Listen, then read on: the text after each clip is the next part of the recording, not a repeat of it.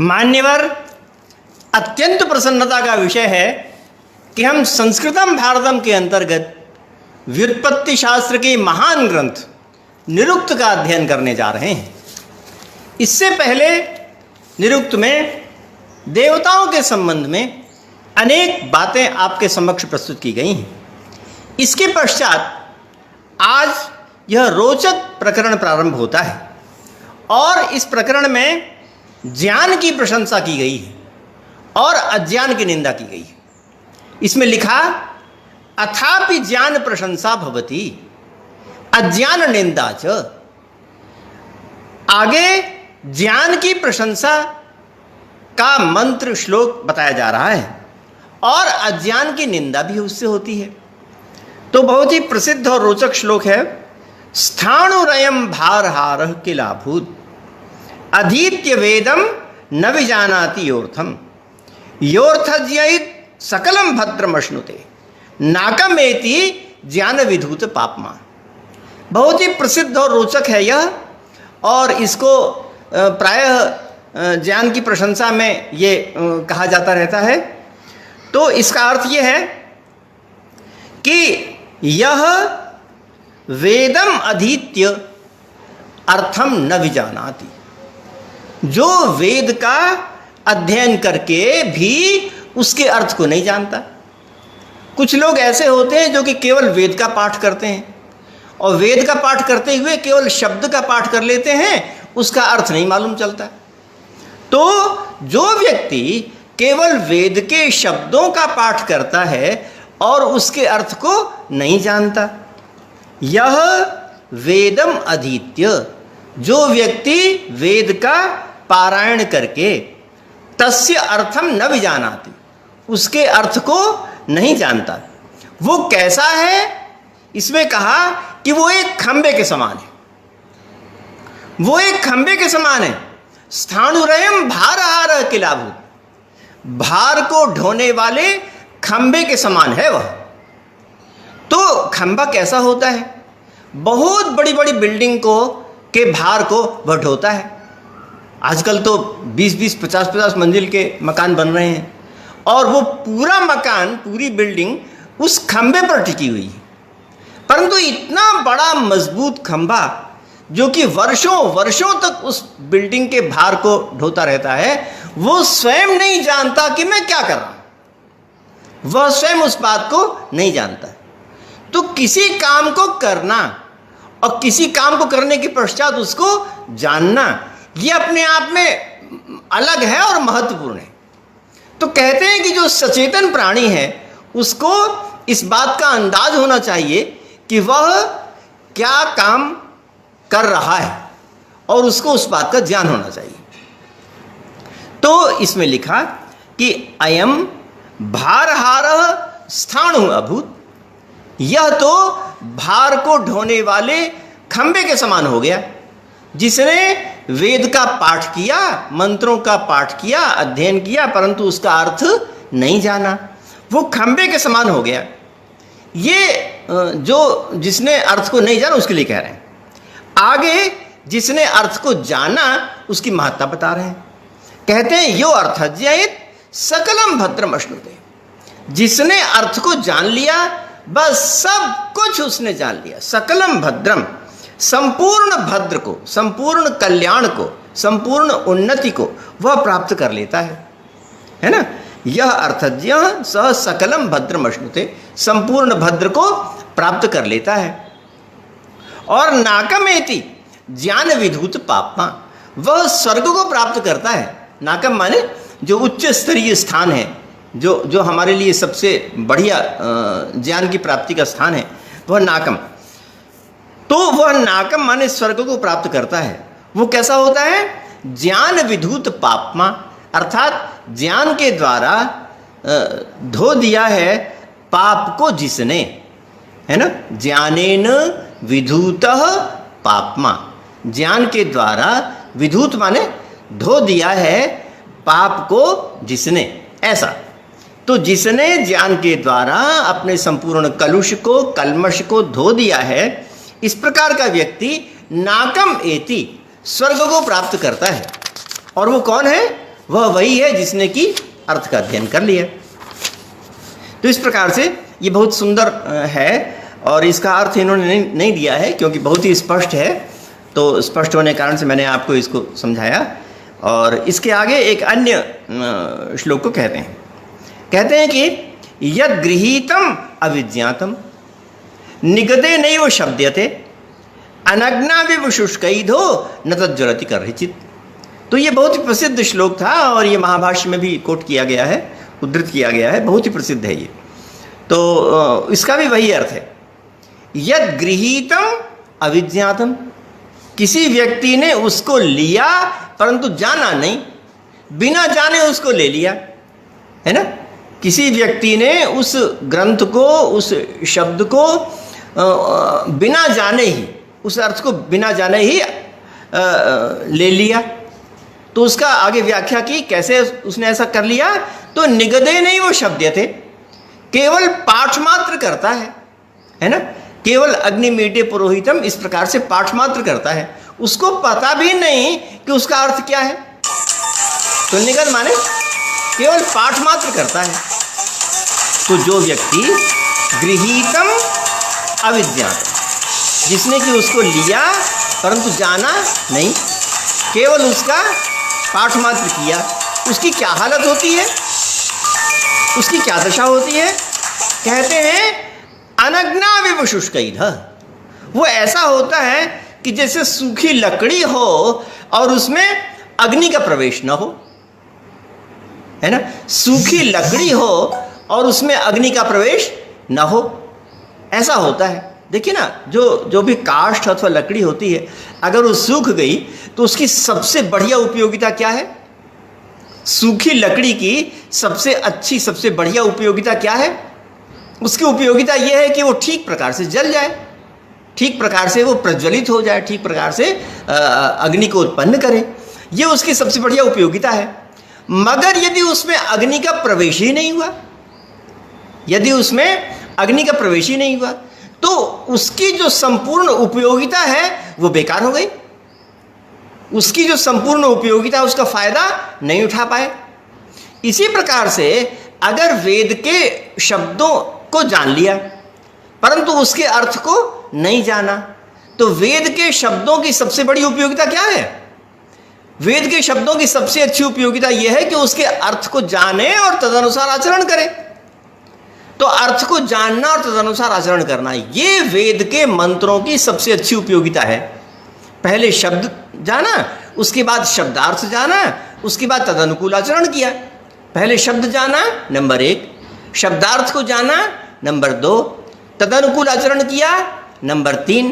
तो इस प्रकार से स्टेप बने हुए हैं। ये 3 स्थितियों में वो ऐसा करता है।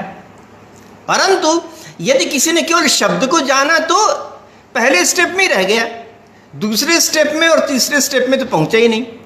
तो शब्द को जानने की सबसे अच्छी उपयोगिता यह है कि वो शब्दार्थ को जान ले। शब्दार्थ को जानने की सबसे बढ़िया उपयोगिता यह है कि वो तदनुकूल आचरण कर ले। तो उसका जो अंतिम उद्देश्य है वो वहां तक जाता है, परंतु उद्देश्य तक तो पहुंचा ही नहीं, उसने केवल शब्द को जान लिया। तो इसलिए जिस प्रकार से जो सूखी लकड़ी होती है उसमें अगर अग्नि का अनुप्रवेश ना हो तो सूखी लकड़ी की उपयोगिता नष्ट हो जाती, उपयोगिता रह ही नहीं पाती। इसी प्रकार से वेद की भी स्थिति है। तो वही लिखा है न तो ज्वलति कर्हिचित्, अग्नि में, लकड़ी में उस प्रकार के जलने की क्षमता होने पर भी, अपने संपूर्ण उपयोगिता को प्रकाशन करने का सामर्थ्य होने पर भी वो अपने सामर्थ्य को नहीं दिखा पाता, है ना। तो फिर क्या मतलब निकला, जिसमें जिस चीज का सामर्थ्य हो, जो काम कर सके, वह अगर सबके सामने प्रकाशित हो तब तो ठीक है, और अगर उसने वह प्रकाशित नहीं कर पाया तो इस प्रकार से वह अनर्थक हो जाएगा।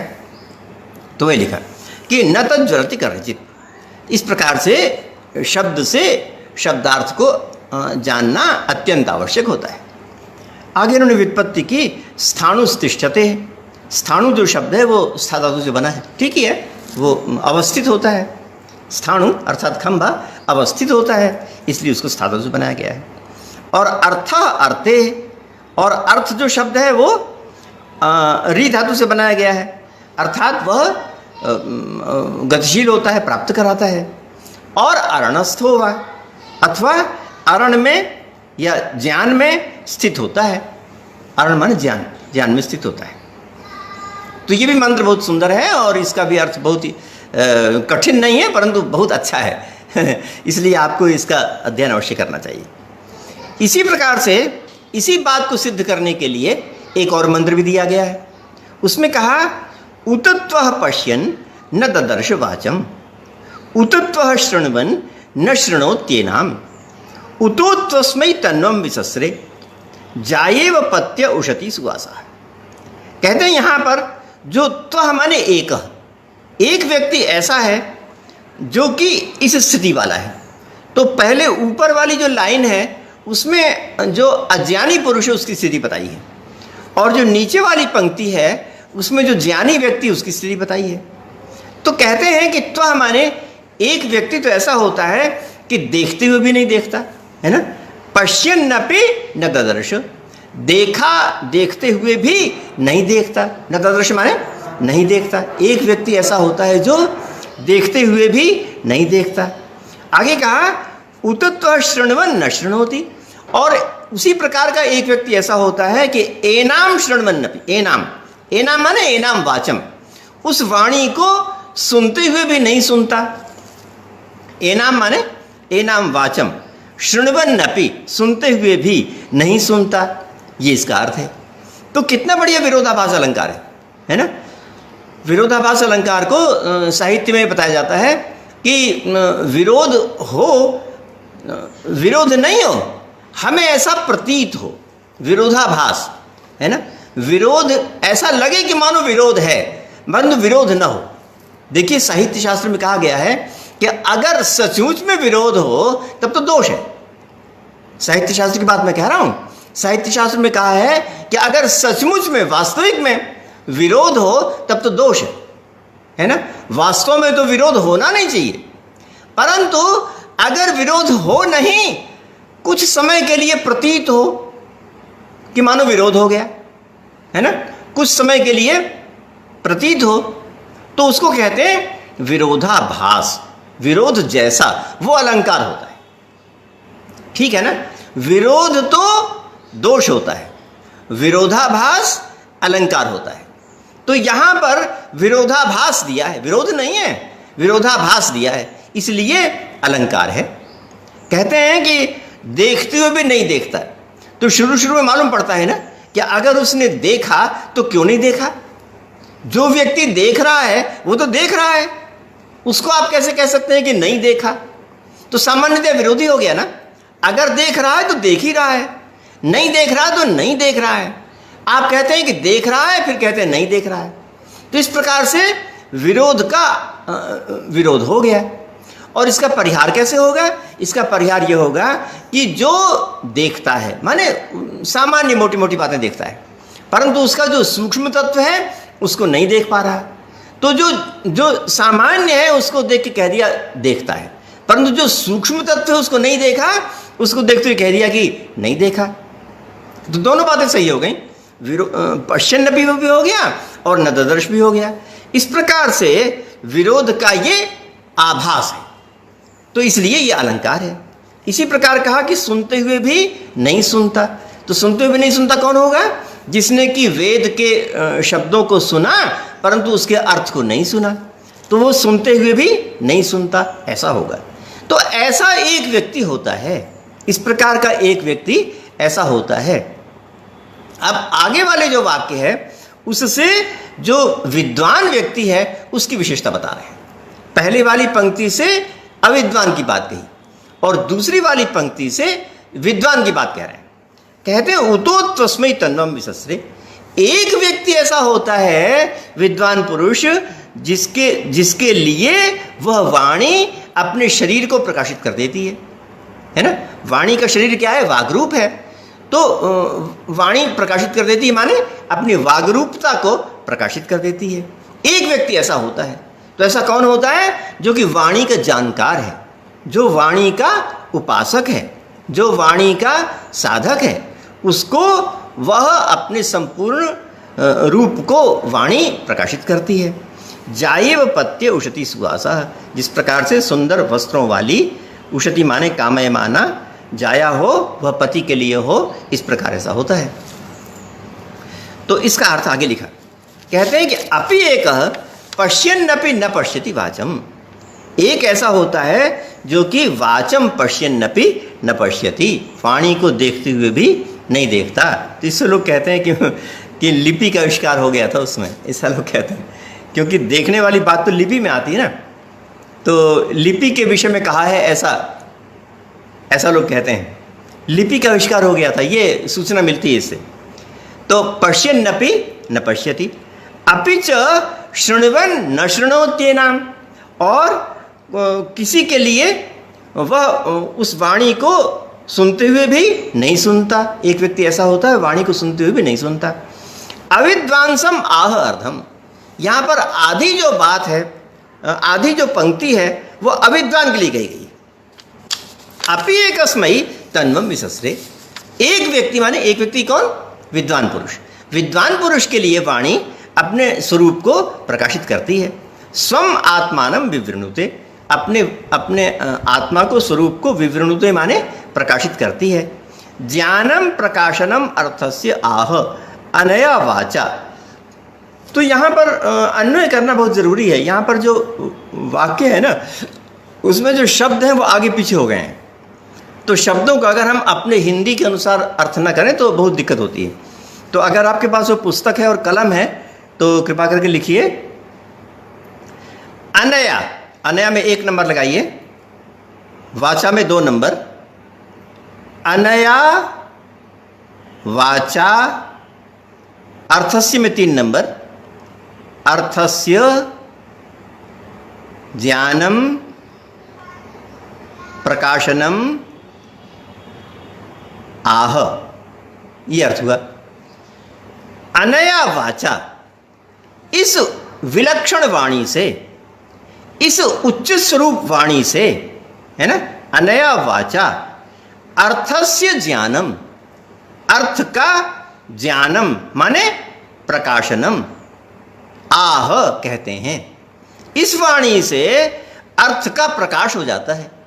जो वाणी अर्थ के साथ जुड़ी हुई है, जो वाणी अर्थ से भिन्न नहीं, अपितु तो जो वाणी अर्थ के साथ जुड़ी हुई है, इस प्रकार की वाणी से अर्थ स्पष्ट हो जाता है ना।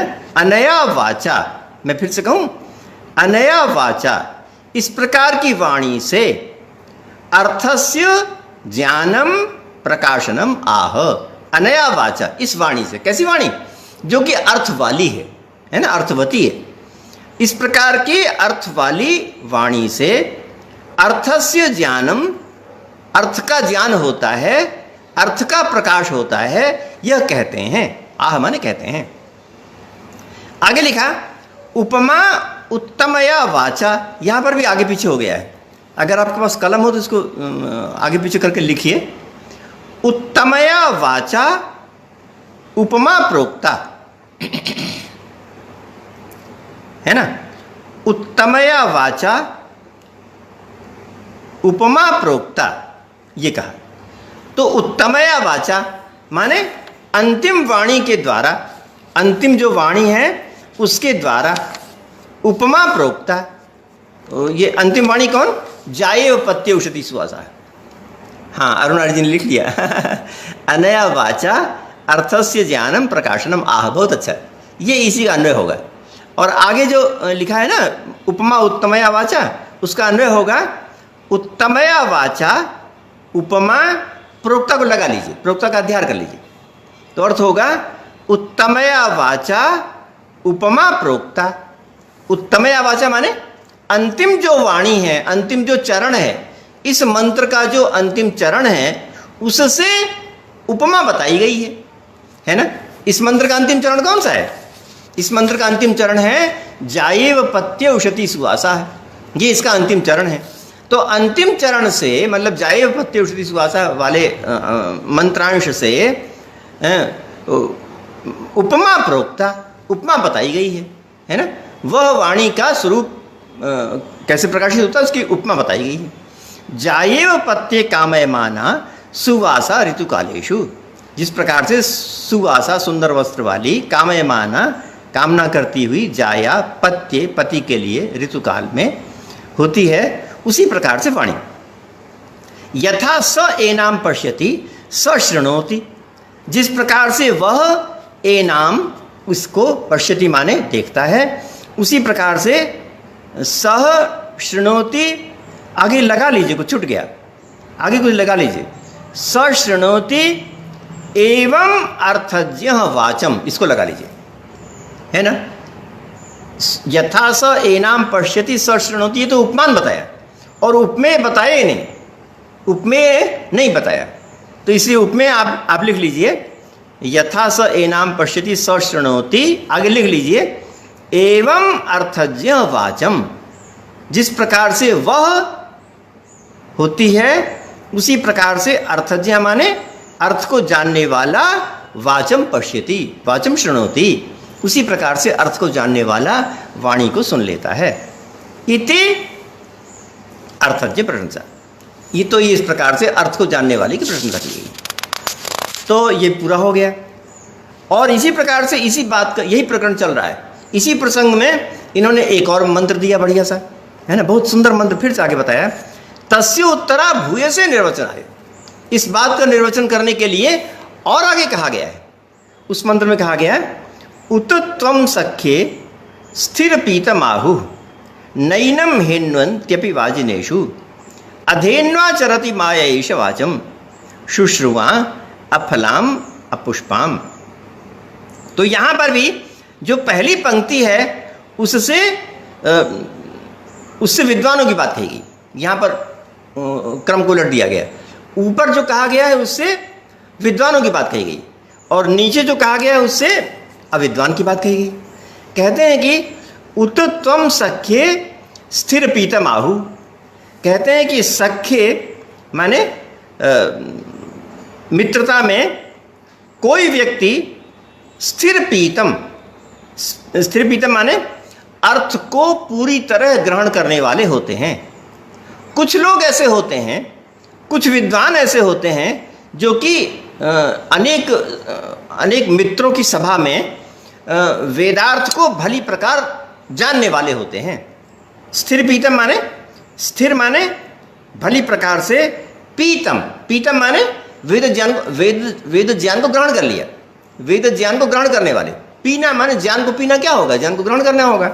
तो स्थिर पीतम माने भली प्रकार से वेदार्थ को ग्रहण करने वाले होते हैं। कुछ लोग ऐसे होते हैं जो कि सभा में अनेक मित्रों के साथ जुड़ने वाली सभा में भली प्रकार से अर्थ को ग्रहण करने वाले होते हैं। ये स्थिर पीतम का अर्थ हुआ, याद रहेगा। स्थिर पीतम माने क्या हुआ, स्थिर माने भली प्रकार, पीतम माने उसको पी लिया, पी लिया माने ज्ञान को ग्रहण कर लिया, है ना। तो भली प्रकार से ज्ञान को ग्रहण करने वाले होते हैं, है ना। आगे लिखा नैनम हिन्वन्त्यपि वाजिनेषु, तो जो ऐसे लोग होते हैं जिन्होंने कि वाणी को भली प्रकार ग्रहण कर लिया है, जो वाणी के अर्थ को भली प्रकार जान गए हैं, ऐसे जो लोग होते हैं वो किसी भी सभा में, किसी भी समिति में पहुंच जाएं, वह मात नहीं खाते, वह सदा जीतते हैं, विजय को प्राप्त करते हैं, कभी वो हार नहीं खाते। तो वाजिनेषु, वाजिनेषु माने जहां पर वाणी के द्वारा बहुत गंभीर अर्थ का चिंतन किया जा रहा है ना। वाजिन आगे बताएंगे, वाग्जेषु बलवत्सुपि, ये आगे निरुक्तकार उसकी व्याख्या कर रहे हैं। तो निरुक्तकार को हम बाद में पढ़ेंगे, पहले हम उसका अलग से अर्थ बताते हैं कि वाजिनेषु माने वाणी के द्वारा भली प्रकार जानने योग्य जो स्थान है, जहां पर हम वाणी के द्वारा अच्छी अच्छी गंभीर बातों को जानते हैं। तो वाणी के द्वारा जानी जा सकने वाली जो अत्यंत गंभीर बातें हैं, उन बातों के मध्य वो हार नहीं खाते। मतलब सभा में इस प्रकार की गंभीर बातों के बीच में भी वे ऊंचे उठे रहते हैं, है ना, वो ऊंचाई प्रदर्शित करते हैं। तो कहते हैं कि जो वागर्थ का जानने वाले हैं, जो शब्दार्थ का जानने वाले हैं, वो वाजिन, वाजिन माने वाणी के द्वारा जानी जा सकने वाले जो गंभीर अर्थ हैं, उन गंभीर अर्थों में भी न हिन्वंती, माने हार नहीं खाते, उनकी हार वहां पर नहीं होती। ये बात विद्वानों वाली बात ऊपर कह दी। जो विद्वान होते हैं वो इस प्रकार के होते हैं, और जो अविद्वान होते हैं, अविद्वानों की स्थिति क्या बताई? अधेन्वा चरति मायेश वाचम। और जो अविद्वान होते हैं उनके पास माया तो है। माया कौन सी? यहां पर वाणी रूपी माया है, यहां पर वाणी रूपी माया है। तो ऐसी माया जो अनेक प्रकार के उपभोग का साधन प्रदान करने में सक्षम है, इस प्रकार की जो वाणी रूपी माया है वह उनके लिए अधेनु हो जाती है। अधेनु माने गाय का क्या, गाय की उपयोगिता क्या होती है? गाय की उपयोगिता होती है कि वो उससे दुग्धपान करते हैं, परंतु अधेनु हो जाना माने उसके फल को प्राप्त न कर पाना। तो ऐसे जो अविद्वान व्यक्ति होते हैं वो माया, कौन सी माया? वाणी रूपी माया। वाणी रूपी माया से अधेनु के समान हो जाते हैं। वाणी रूपी माया अगर है तो उससे होना तो ये चाहिए कि उसके फल प्राप्त करें। तो अधेनु का मतलब जैसे धेनु का फल प्राप्त नहीं हुआ वैसे हो जाते हैं। तो ऐसे वाचम शुश्रुवाम अफलाम अपुष्पाम, तो कहते हैं कि वो वाणी को सुनते तो हैं, वाचम शुश्रुवान, वो वाणी को सुनते तो हैं, परंतु कैसे सुनते हैं? अफलाम अपुष्पाम, ऐसी वाणी जिसमें फल भी नहीं लगा और पुष्प भी नहीं लगा, है ना। तो आगे निरुक्तकार कहने वाले हैं कि वाणी का जो अर्थ है वही उसका फल है ना। वाणी का जो अर्थ है वही उसका फल है, वाणी का जो अर्थ है वही उसका पुष्प है। तो उन्होंने वाणी को सुना परंतु अर्थ तो जाना नहीं, इसलिए न तो फल को जाना और न पुष्प को जाना। उनके लिए वाणी अफल है, अपुष्प है, ऐसा। तो उसका अर्थ स्वयं बताते हैं। अप्येकम वाक् सख्ये स्थिर पीतम आहु। कुछ लोग ऐसे होते हैं जिनकी वाक् सख्य माने सभा में स्थिर पीतम आहु, अर्थात पूर्ण रूप से ग्रहण करने वाले होते हैं। विद्वानों के लिए आ रहा है, विद्वानों के लिए आ रहा है कि कुछ लोग ऐसे होते हैं जिनके लिए सख्य माने सभा में, स्थिर पीतम माने भली प्रकार से जिन्होंने अर्थ का ग्रहण कर लिया है, ऐसे होते हैं। रममाणम विपीतार्थम, यहां पर पीतम माने क्या? पीतम माने ये कि अर्थ को भली प्रकार अंदर ग्रहण कर लिया, ये पीतम का अर्थ है। मतलब ज्ञान के संबंध में तो ये लगेगा ना, ज्ञान को भली प्रकार से ग्रहण कर लिया, तो ये पीतम का अर्थ हो गया। देव सख्य रमणीय स्थाने, इसमें लिखा कि सख्य, सख्य माने देवताओं की सभा में, जहां पर बड़े बड़े लोग उपस्थित हैं, जहां पर अन्य बहुत से लोग विद्वान लोग उपस्थित हैं, उनकी सभा में अथवा रमणीय स्थान में, है ना, ऐसा होता है। विज्ञातार्थम यम नाप्नुवंती वाग्ज्ञेयेषु बलवत्स्वपि, वाजनेषु का अर्थ किया। वाजनेषु माने क्या किया? वाग्ज्ञेयेषु बलवत्स्वपि माने क्या हो गया? वाणी के द्वारा जो बड़े से बड़े गंभीर अर्थ जाने जाते हैं, उन गंभीर अर्थ को बोला गया वाजिन, है ना। वाजिन माने क्या? वाक्ज्ञेयेषु, वाणी के द्वारा जाना गया, क्या जाना गया? बलवान अर्थ। बलवान अर्थ माने गंभीर अर्थ। वाणी के द्वारा प्रकट होने वाले जो बहुत बड़े बड़े गंभीर अर्थ हैं, उनको बोला जाएगा वाजिन। तो उन गंभीर अर्थों के संदर्भ में भी वह न हिन्वंती, न हिन्वंती माने वो हार नहीं खाता। जो वाणी के अर्थ का विद्वान होता है, वो सभा में, समिति में बड़े बड़े लोगों के उपस्थित होने पर जो अत्यंत गंभीर अर्थ होते हैं, उन गंभीर अर्थों के मध्य भी वह हार नहीं खाता, न हिन्वंती, वह हार नहीं खाता। वही इसमें लिखा विज्ञातार्थम यम नाप्नुवंती, न आपनुवंती माने हार नहीं खाता। वाग्ज्ञेयेषु बलवत्स्वपि, वाणी के द्वारा अत्यंत बलवान गंभीर जो अर्थ हैं, उन गंभीर अर्थों के समझने में, उन गंभीर अर्थों के बताने में वह हार नहीं खाता। ये विद्वानों की बात कही गई। आगे कहा अधेन्वा येष चरति मायया वाक् प्रतिरूपया, और दूसरे लोग जो होते हैं, जो अविद्वान होते हैं, वो कैसे होते हैं? तो उनके लिए जो माया माने वाणी है वो वाक के प्रतिरूप है ना। प्रतिरूप समझते हैं? किसी चीज़ की वो फोटो बना दी या आकृति बना दी, तो उसको लगा कि ये वही चीज़ है, परंतु वही चीज़ थोड़ी है, ये तो उसकी आकृति है, ये तो उसकी फोटो है ना। तो फोटो जो है वो कितना भी उसके समान हो, सदृश हो, परंतु वह वास्तव में नहीं होती, है ना। स्पष्ट रूप से आम होना और आम की फोटो होना, फोटो में कितना भी बढ़िया आम लगे, परंतु वो वास्तव में आम तो होता नहीं है। इसी प्रकार से वाक प्रतिरूप है, वाणी का प्रतिरूप, वाणी की फोटो, है ना।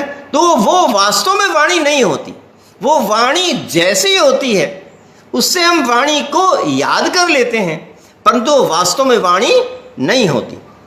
तो ऐसे अविद्वान के लिए वाणी प्राप्त नहीं होती, वाणी का प्रतिरूप प्राप्त होता है, वाणी जैसा, है ना, वाणी जैसा प्राप्त होता है, क्योंकि अर्थ तो उसके साथ आया नहीं, इसलिए वाणी जैसा प्राप्त होता है। अधेन्वा ह्येष चरति माया, तो वो वाणी जैसा क्यों है? क्योंकि वाणी जो होती है वो वास्तव में फल प्रदान जरूर करती है। कौन सा फल प्रदान करती है? अपने शब्दार्थ को बताती है और तदनुकूल आचरण करने के लिए प्रेरित करती है, परंतु उसने ये सब तो कुछ बताया नहीं, क्योंकि अर्थ तो मालूम ही नहीं है। इसलिए वह अधेन्वा माने जिस प्रकार से धेनु होती है वह दुग्ध प्रदान करती है, परंतु अधेनु माने वो दुग्ध प्रदान नहीं करती है। इस प्रकार से वो जो वाणी का प्रतिरूप होता है। नास्मयी कामान दुग्धे वाक दोहियान देव मनुष्य स्थानेषु। तो यहाँ पर भी देखिए अन्वय नहीं किया गया है। अन्वय अगर नहीं करें तो फिर इसका अर्थ लगता नहीं, चाहे कितनी मेहनत कर डालिए हैं। निरुक्तकार का ये स्थिति है कि वो न तो मंत्र का अन्वय करते हैं और अपने जो खुद वाक्य बोलते हैं उसका जो अपने खुद वाक्य बोलते हैं उसका भी अन्वय नहीं करते। इसलिए हमको अन्वय करना पड़ेगा। तो यहाँ पर अन्वय कर लीजिए, आप अपनी कॉपी में लिख लीजिए या फिर ऊपर 1 2 3 लगा लीजिए। अन्वय बोलूं? वाक अस्मयी दोहियान कामान देव मनुष्य स्थानेषु न दुग्धे। ये अर्थ हुआ, है ना। इसका अर्थ है कि उसके लिए वाणी जो कि उपभोग्य पदार्थ हैं उसको प्रदान नहीं करती, है ना। वाक माने वाणी, अस्मयी माने उस अविद्वान पुरुष को, दोहियान कामान जो उपभोग्य पदार्थ हैं उनको न दुग्धे नहीं प्रदान करती। समझ गए? फिर से बताएं। वाक अस्मयी दोहियान कामान न दुग्धे। इस प्रकार लिख लीजिए। लिखेंगे वाक अस्मयी दोहियान कामान देव मनुष्य स्थानेषु न दुग्धे।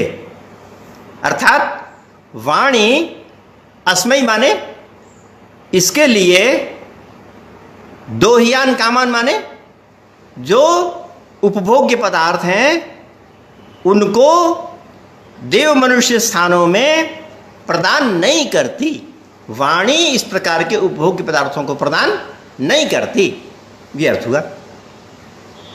यो वाचम श्रुतवान भवति अफलाम अपुष्पामिति। जो वाणी को सुनता है वह उसके लिए अफल माने फल से विहीन होती है, पुष्प से विहीन होती है। इस प्रकार की जो वाणी है, जिसने कि केवल वाणी को सुना, वो फल से विहीन होती है, पुष्प से विहीन होती है। उसके लिए, किसके लिए? अविद्वान के लिए। अविद्वान के लिए जो वाणी है वो फल से विहीन होती है, पुष्प से विहीन होती है।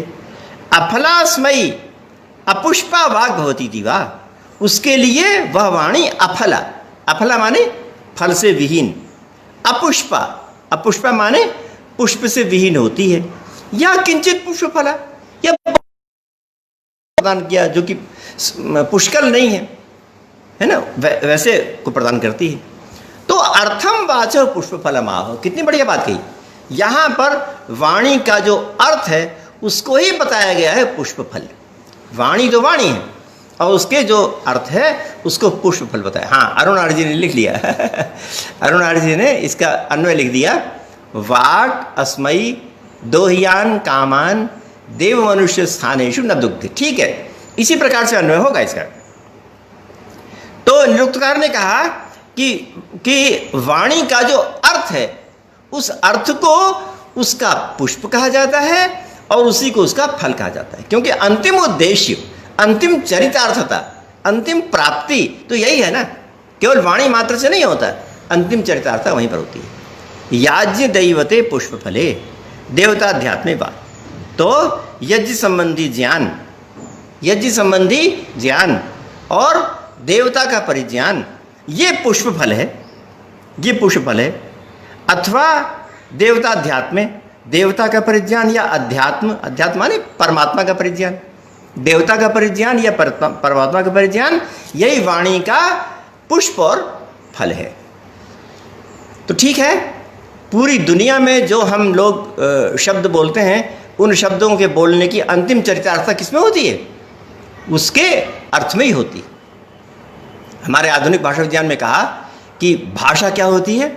भाषा यादृच्छिक वाचिक प्रतीकों की वह संघटना होती है जिसके आधार पर मनुष्य परस्पर व्यवहार करता है। ये आधुनिक भाषा विज्ञान की भाषा की परिभाषा है ना। मैं फिर से बोलूं, भाषा यादृच्छिक वाचिक प्रतीकों की वह संघटना होती है। क्या बोला मैंने?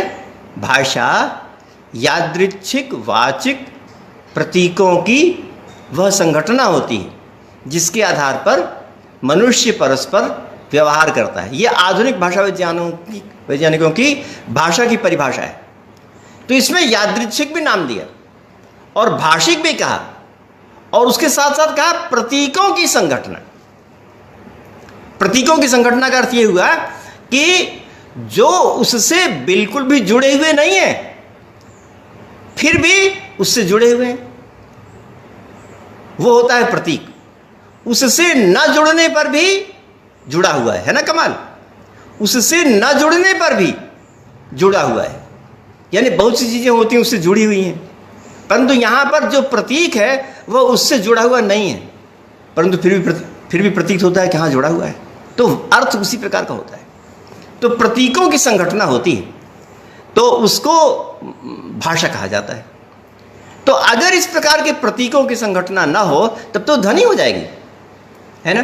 तो ध्वनि जो है वो पशु पक्षियों में भी होती है, ध्वनि प्राकृतिक पदार्थों की आवाज़ में भी होती है, वो सब ध्वनियाँ हैं। और जैसे ही उनके द्वारा कोई अर्थ प्रतीत हुआ त्यों ही वो बन गई भाषा, है ना। अब बताइए करोड़ों वर्ष से कौआ बोल रहा होगा, है ना। तो कौआ जब तक अपने से काँव काँव बोलता रहा, कौआ बोला, तब तक वो भाषा नहीं बनी।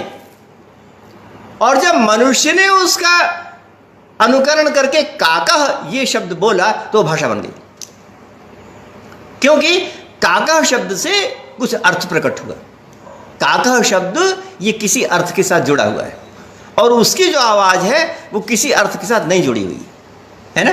तो मनुष्य के जो शब्द है वो किसी अर्थ के साथ जुड़ते हैं, जुड़ने से ही वो भाषा बनती है। अगर किसी शब्द में अर्थ के साथ जोड़ नहीं हुआ तो वह ध्वनि है। अगर अर्थ के साथ जोड़ हो गया तभी बनती है भाषा, तभी बनती है वागर्थ, है ना।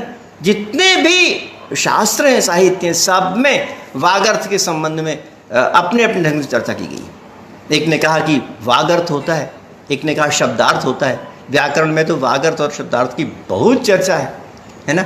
और वेदांत में भी चर्चा है, न्याय में भी चर्चा है।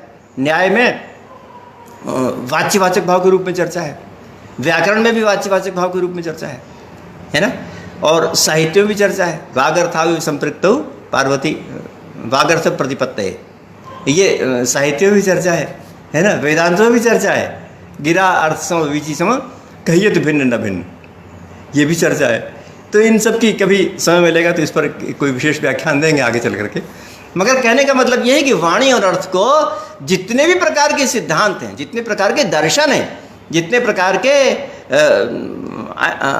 अन्य शास्त्र हैं, उन सब शास्त्रों में अपने अपने ढंग से सब बातें कही और वो बातें अंततः एक ही में परिवर्तित होती हैं कि वे वाणी अर्थ के साथ जुड़ी हुई है, तभी उससे हमको संपूर्ण फायदा होता है।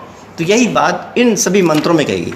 जितने भी मंत्र हैं, जितने भी श्लोक हैं, उनमें यही बात कही गई कि वाणी के साथ अर्थ को जोड़ना अत्यंत आवश्यक है, अपरिहार्य है। तो ऐसा लगता है कि उस समय भी लोगों ने वेद मंत्रों के अर्थ को उतनी ज़्यादा ध्यान नहीं देते थे, है ना। तो इसलिए बताया कि नहीं, वेद मंत्र पाठ से ही काम नहीं चलेगा, अपितु वेद मंत्र का अर्थ भी जानना पड़ेगा।